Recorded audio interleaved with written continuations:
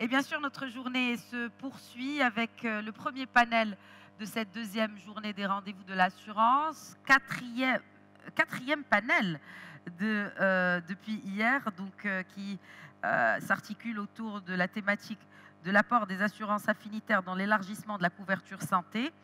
Comme je le disais, c'est un des défis majeurs aujourd'hui au Maroc qui s'est lancé dans ce chantier pharaonique, premier d'ailleurs en Afrique à sauter le pas. Et j'imagine que cette généralisation de la couverture médicale s'impose aujourd'hui et qui va être, je l'espère, généralisée aussi à plusieurs pays du pourtour méditerranéen ou de notre continent dans un avenir très proche, parce qu'il y va bien sûr de le bien-être de citoyennes et de citoyens. Pour cela, je vais céder ma place à Maître Benoît Lapointe, vice-président d'FG2A, que je vous demande d'accueillir sous vos applaudissements.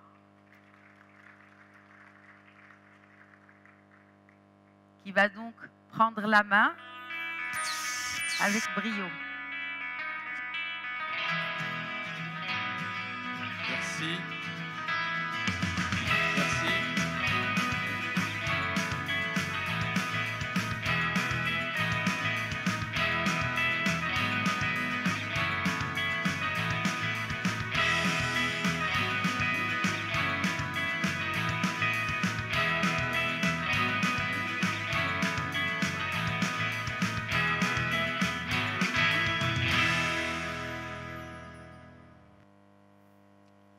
Bonjour à tous, merci.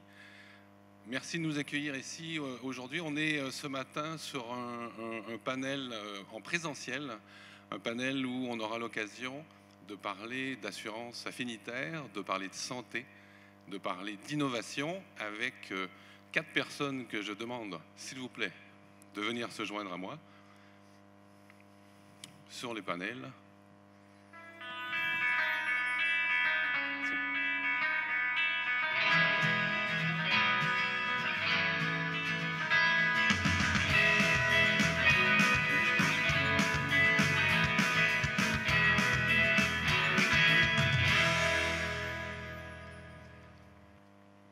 Donc l'objectif est pendant cette prochaine demi-heure de vous parler avec des experts.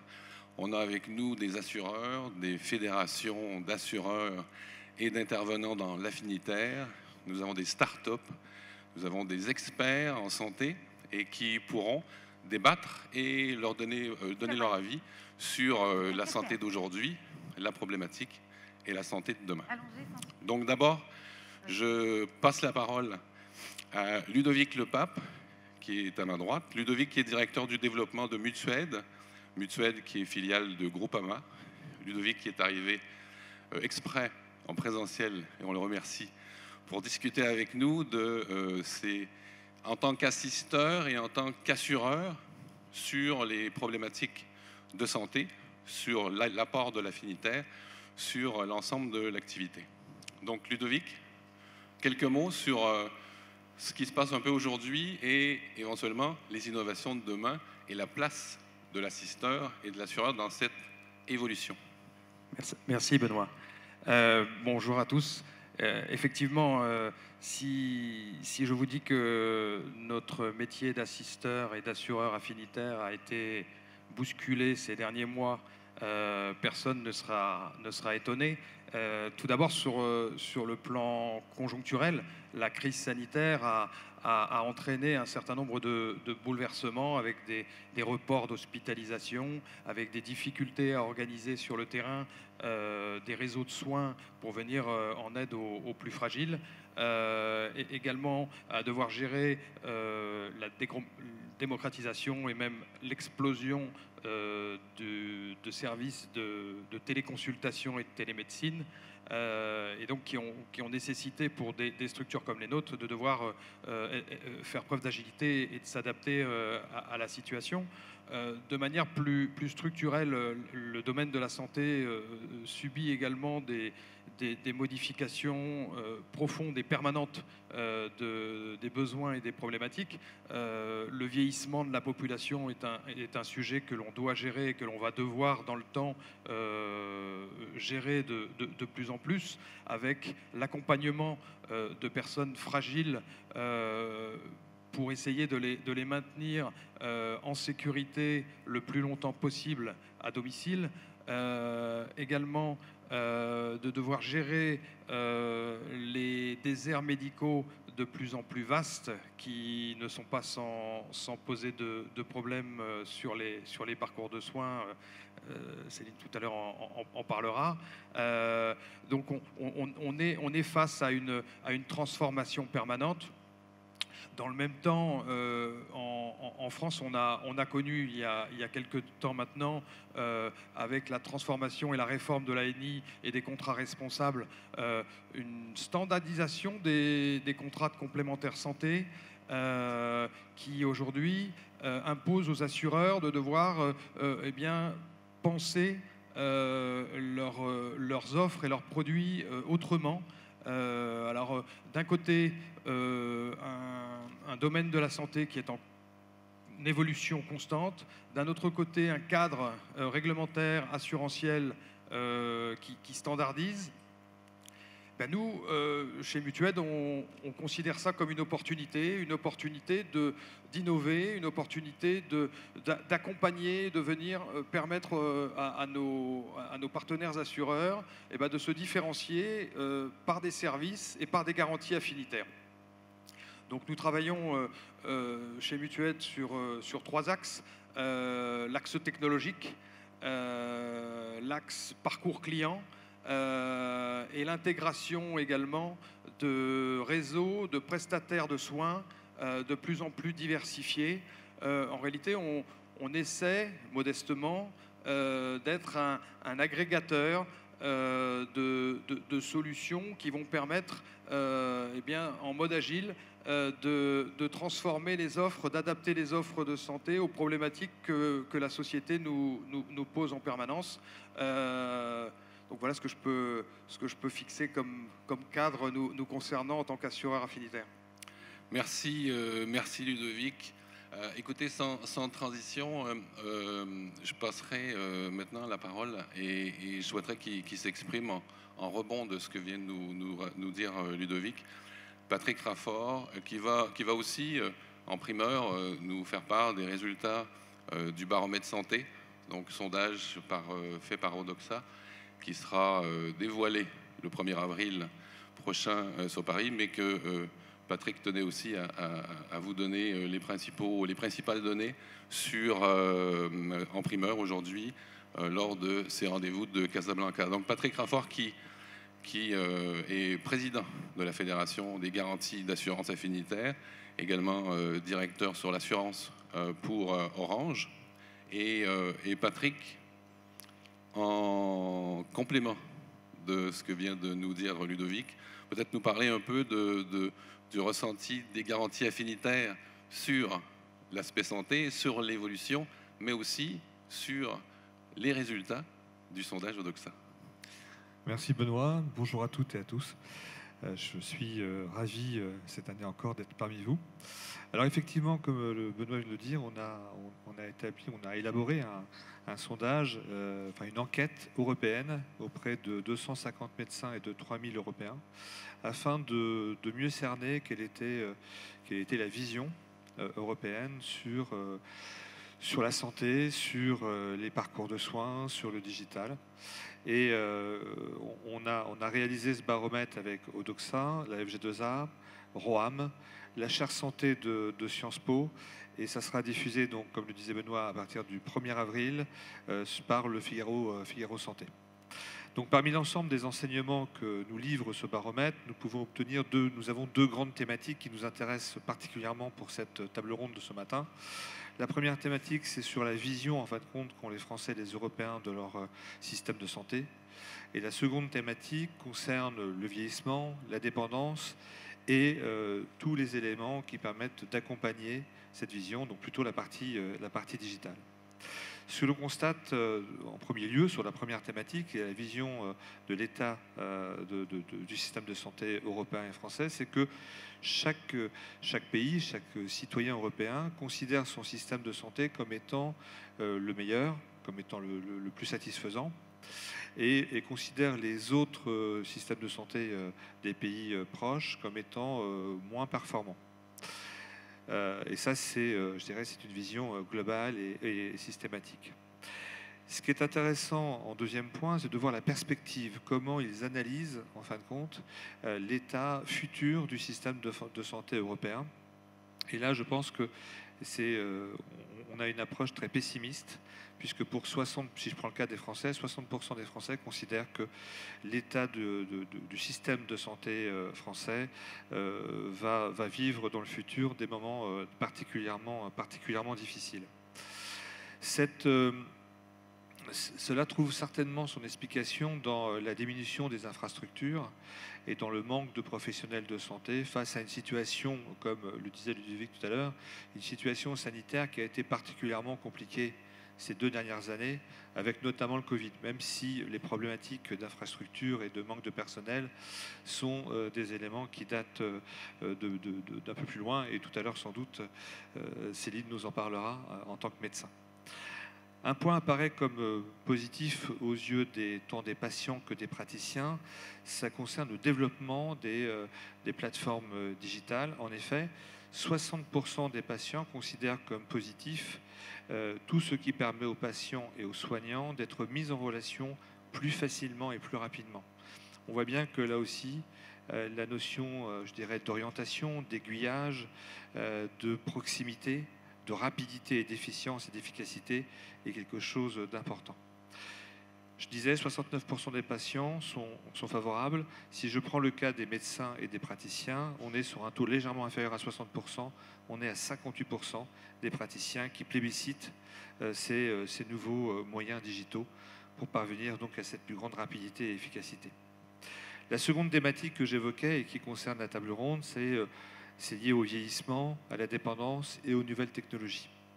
3/4 des Français se sentent aujourd'hui concernés par cette thématique. Ça peut paraître étonnant, mais on est effectivement sur une logique de vieillissement et avec des préoccupations qui sont des préoccupations, je dirais, soit d'actualité immédiate, avec un certain nombre de faits d'actualité récents, et d'une façon générale, la préoccupation de vieillir dans de meilleures conditions et de repousser, je dirais, le plus loin possible ces moments de dépendance qui font, je pense, peur à tout le monde. Près de 2 Français sur 3 sont inquiets sur le sujet et la gestion de son propre vieillissement et de sa propre dépendance. 8 Français sur 10 sont disposés à s'équiper, ça je pense que c'est important, d'objets connectés, donc à la fois pour accompagner, tant en prévention que d'accompagner donc ce qui pourrait éventuellement poser un souci dans le cadre de leur autonomie. Et enfin, 3/4 des Français considèrent la santé connectée comme étant une opportunité pour aider à se maintenir à domicile et à aider à maintenir à domicile les personnes âgées.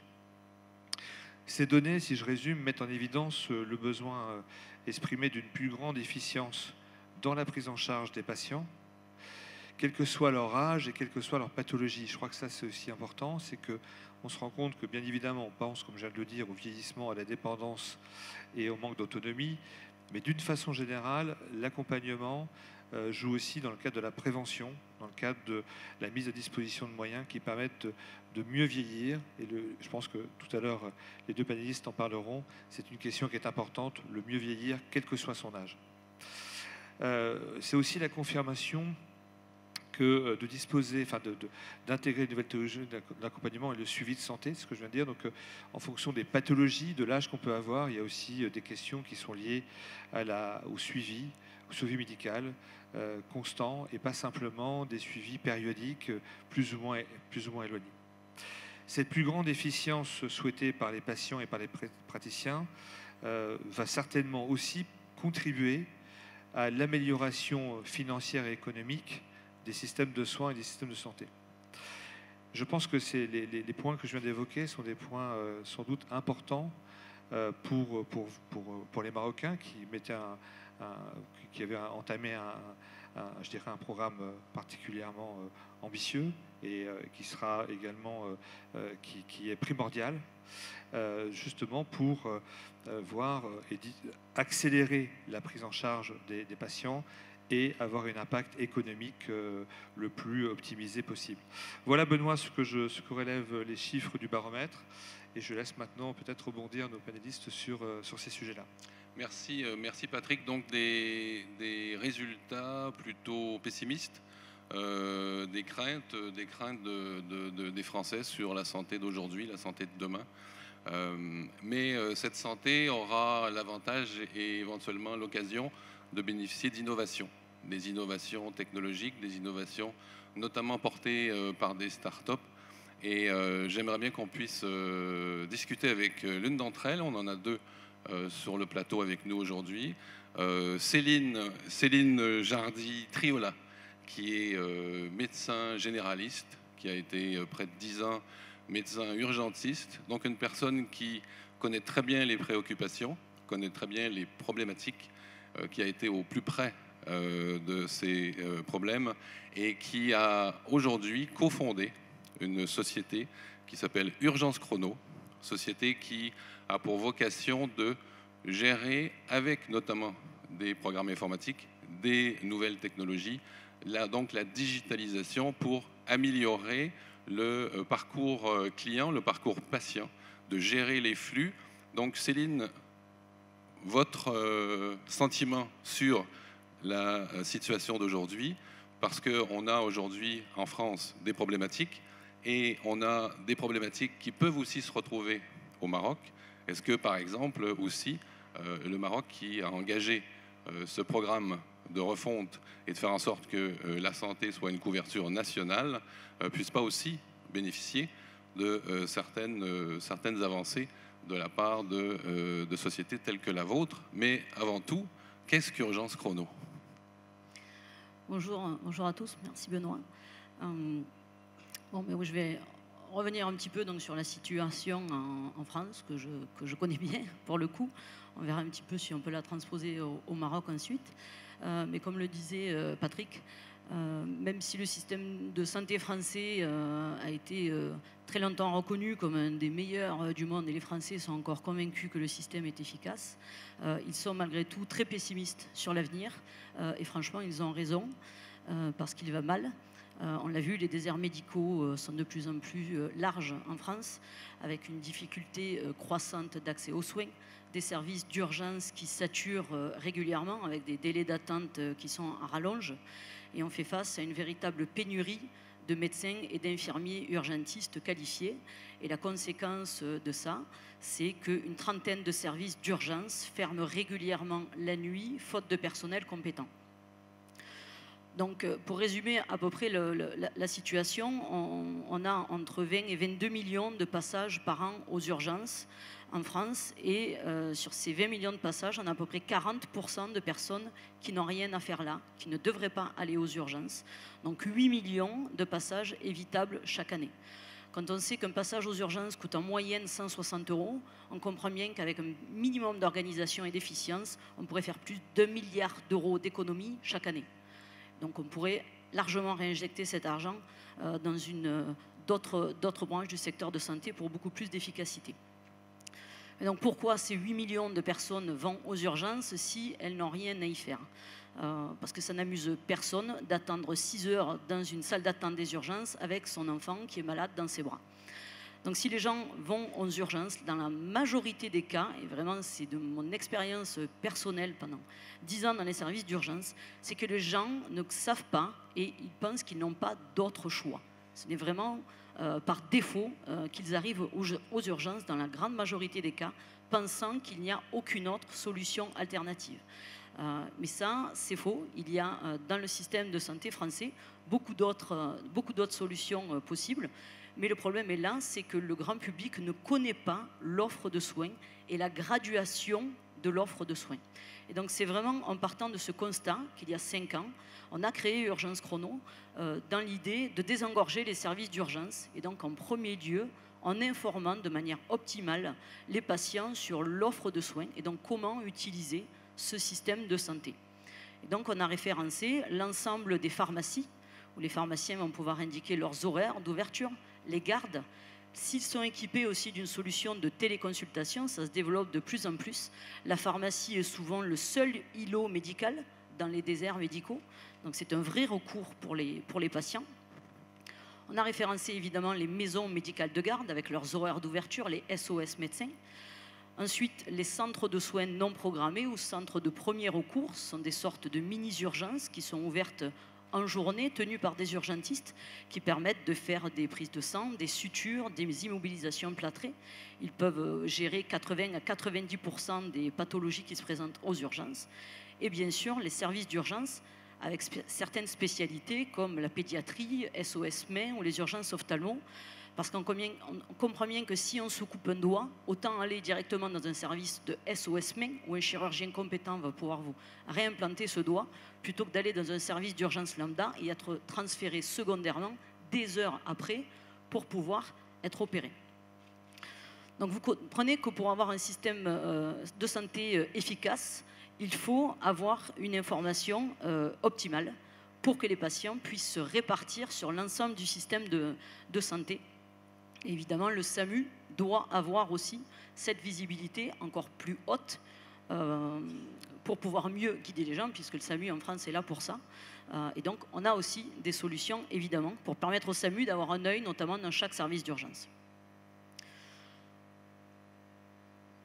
Donc, à l'heure où on cherche tout sur son smartphone, la moindre information, les gens vont prendre leur smartphone et chercher. Il paraît inconcevable de laisser les patients errer dans le système de santé, notamment en cas d'urgence. Donc, donnons le pouvoir au patient d'être le premier acteur de son parcours de soins. Donnons-lui la possibilité de connaître ce système-là et de pouvoir s'orienter efficacement pour être pris en charge au bon endroit et dans les délais les plus brefs. Donc, mesdames et messieurs les assureurs, vous avez ce pouvoir d'aider vos assurés, de les aider à pouvoir s'orienter dans le système de santé et ainsi d'optimiser l'ensemble de ce système. Et vous aussi, du coup, vous pourrez sauver des vies. Donc là, tout à l'heure, l'intervenant précédent parlait d'impact. Je pense que là, il y a un vrai sujet à impact de pouvoir simplement optimiser un système de santé. Donc voilà un exemple de ce que le numérique peut apporter au système de la santé et notamment apporter de nouveaux services aux assureurs et aux assurances affinitaires. Donc là, l'optimisation, on est vraiment au niveau 1 de ce que le numérique peut aider, peut apporter dans le système de santé. Et là, clairement, les assurances ont un rôle majeur à jouer. Donc aujourd'hui, alors qu'on peut commander tout, prendre des réservations et autres sur des applications diverses et variées, demain, ce sera possible de faire la même chose et de gérer le flux des patients qui veulent aller à l'urgence et qui veulent éventuellement être soignés dans de bonnes conditions pour optimiser. Et quand on parle d'optimisation, on parle de satisfaction client. Quand on parle d'optimisation, on parle aussi d'économie de coûts, à la fois pour l'État, mais à la fois aussi pour les assureurs. Donc on peut, j'imagine, s'inspirer de ces problèmes qu'ont connus la France et que connaissent la France pour éventuellement que nos amis marocains, dans le cadre de leur réforme, puissent aussi anticiper si on a une couverture qui va se déployer sur l'ensemble du pays. J'imagine qu'il y aura aussi un problème de flux et un problème de gestion de la satisfaction patient. Oui, il est probable que la demande de soins va augmenter. Hein.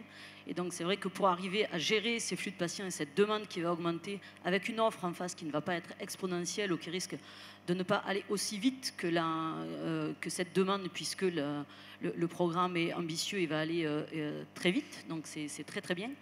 Et donc c'est vrai que le fait d'anticiper et d'essayer d'informer et d'organiser, surtout sans SAMU, de pouvoir donner cette possibilité aux Marocains de s'orienter et de savoir, de connaître toutes les solutions possibles, pourra certainement aider et éviter les écueils qu'on a en France avec des saturations de certains services alors que d'autres services sont au contraire disponibles et sous-utilisés. Merci. Le temps file et je me tourne vers notre intervenant, le dernier, qui est également une start-up qui va, tout comme Urgence Chrono, essayer de aussi révolutionner, améliorer la satisfaction client. Mais Patrick le disait tout à l'heure sur le sondage, on a bien sûr la satisfaction client.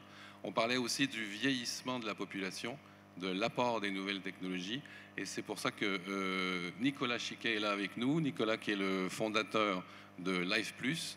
Nicolas qui est également le CEO. Et Nicolas qui a développé avec ses équipes une solution de prévention et d'assistance avec les nouvelles technologies, avec l'intelligence artificielle, avec les objets connectés, pour aider les personnes, les jeunes personnes de 65 ans et plus, et peut-être même, Nicolas, les plus jeunes que 65 ans.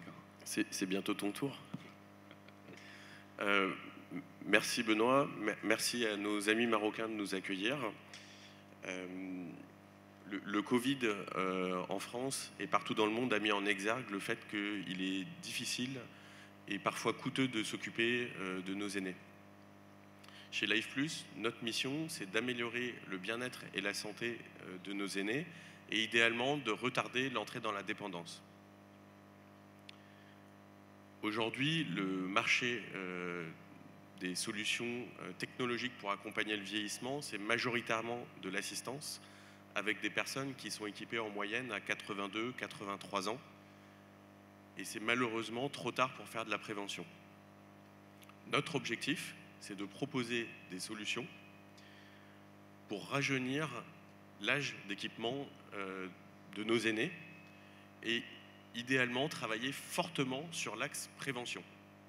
C'est pour ça qu'on souhaite équiper les jeunes de plus de 65 ans, peut-être bientôt les jeunes de plus de 50 ans, n'est-ce pas Benoît? Et donc concrètement, qu'est-ce que fait Life Plus? On a développé une montre connectée adaptée pour les seniors. C'est un objet du quotidien avec un ensemble de capteurs autour de l'activité, autour des capteurs physiologiques, des algorithmes intelligents qui utilisent parfois des algorithmes d'intelligence artificielle quand ça a du sens, et du coaching digital. Très concrètement, la personne est équipée avec une montre qui va lui proposer par exemple des activités à faire tous les jours grâce à un algorithme personnalisé qu'on a développé avec des médecins, l'idée étant que la personne fasse plus d'activités pour améliorer sa santé, mais sans la mettre en danger d'un point de vue médical. Quand il y a malheureusement une situation d'assistance, comme une chute par exemple, notre solution va le détecter automatiquement, localiser la personne et prévenir les bons interlocuteurs comme les aidants familiaux, les aidants professionnels ou des plateaux d'assistance. Aujourd'hui, on a énormément travaillé sur l'axe technologique, mais aussi et surtout sur l'usage, puisque aujourd'hui, les personnes âgées sont souvent peu familières avec le digital, avec les nouvelles technologies, et donc on a travaillé notamment sur la conception de la montre avec un panel de seniors qui nous ont accompagnés pendant plus de 2 ans pour nous challenger, et c'est grâce à cette co-construction qu'on a pu avoir une solution avec des taux d'usage très élevés et des seniors qui adhèrent à l'utilisation de la solution. Et vous allez me dire, pourquoi Life Plus ici, au rendez-vous de l'assurance à Casa, pourquoi les assureurs? On pense que les assureurs sont les organismes qui ont le lien le plus important sur la santé avec les assurés. Et donc, il est logique que lorsqu'on souhaite commercialiser notre solution pour les personnes à domicile, ça soit fait en B2B2C avec, par exemple, des assureurs. Et qu'est-ce qu'on peut apporter aux assureurs? Travailler sur retarder l'entrée dans la dépendance, la réduction des frais de santé idéalement, et un lien fort avec l'assuré. Mon objectif aujourd'hui, c'est, chers amis assureurs, de venir vous proposer des solutions pour que l'on puisse proposer nos innovations au plus grand nombre. Nous espérons que cet objectif pourra idéalement contribuer aux objectifs de révolution sociétale du Maroc sur la santé. Hier, lors de son allocution, Florence Lutzmann de France Assureur, l'ancienne FFA, nous parlait de l'importance de la prévention, de l'éducation, de faire en sorte que les assureurs avaient toute sa place. Donc, votre objet connecté permet de bien vieillir, mieux vieillir, à partir de 50 ans, visiblement, Nicolas.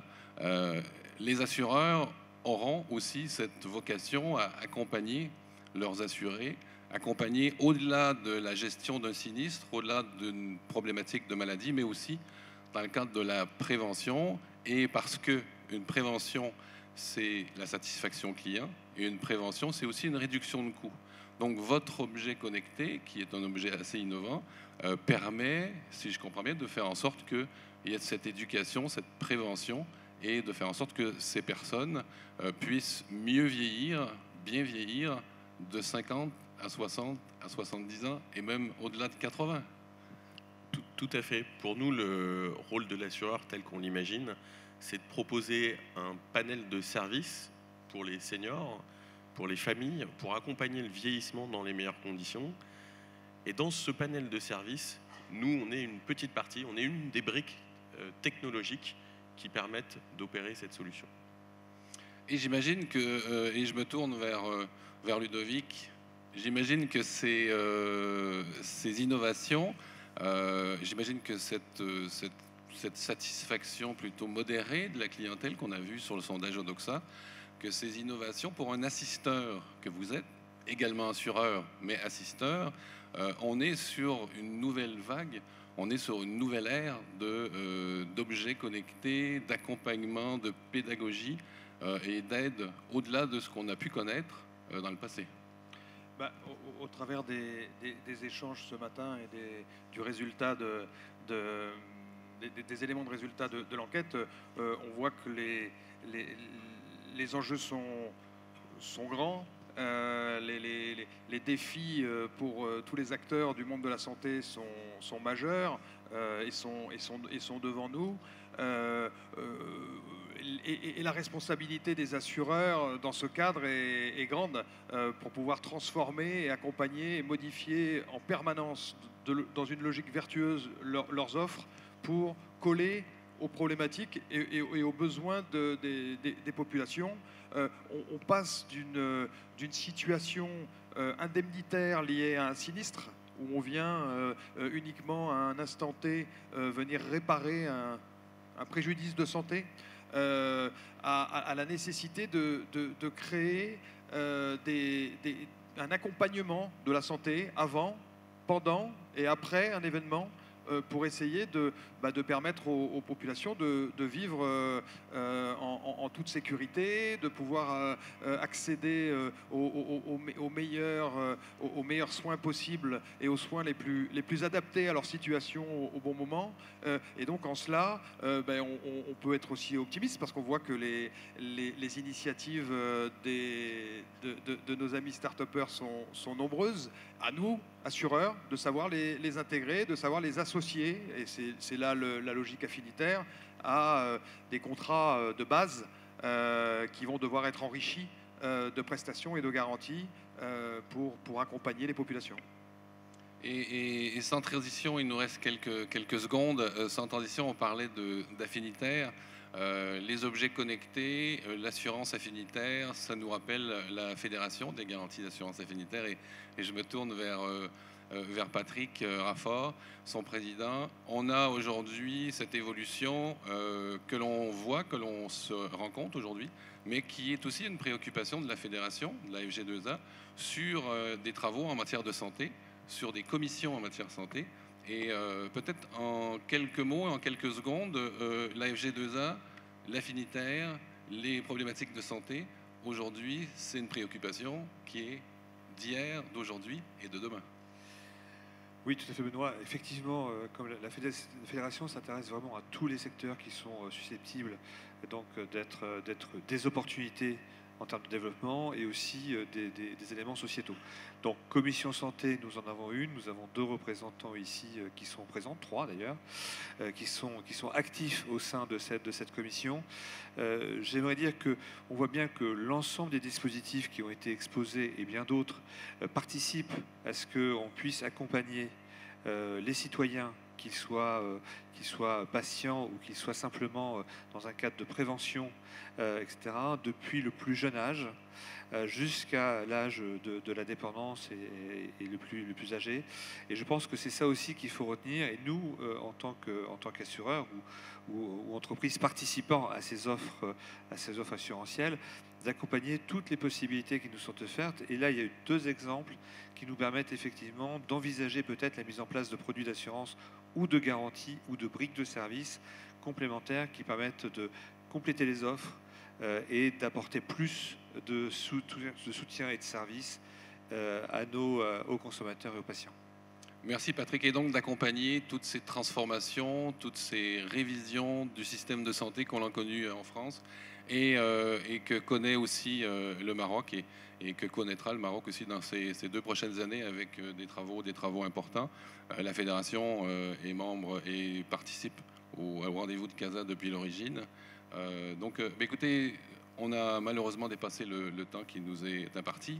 Donc je vous remercie à tous de votre attention et au plaisir de vous retrouver l'an prochain.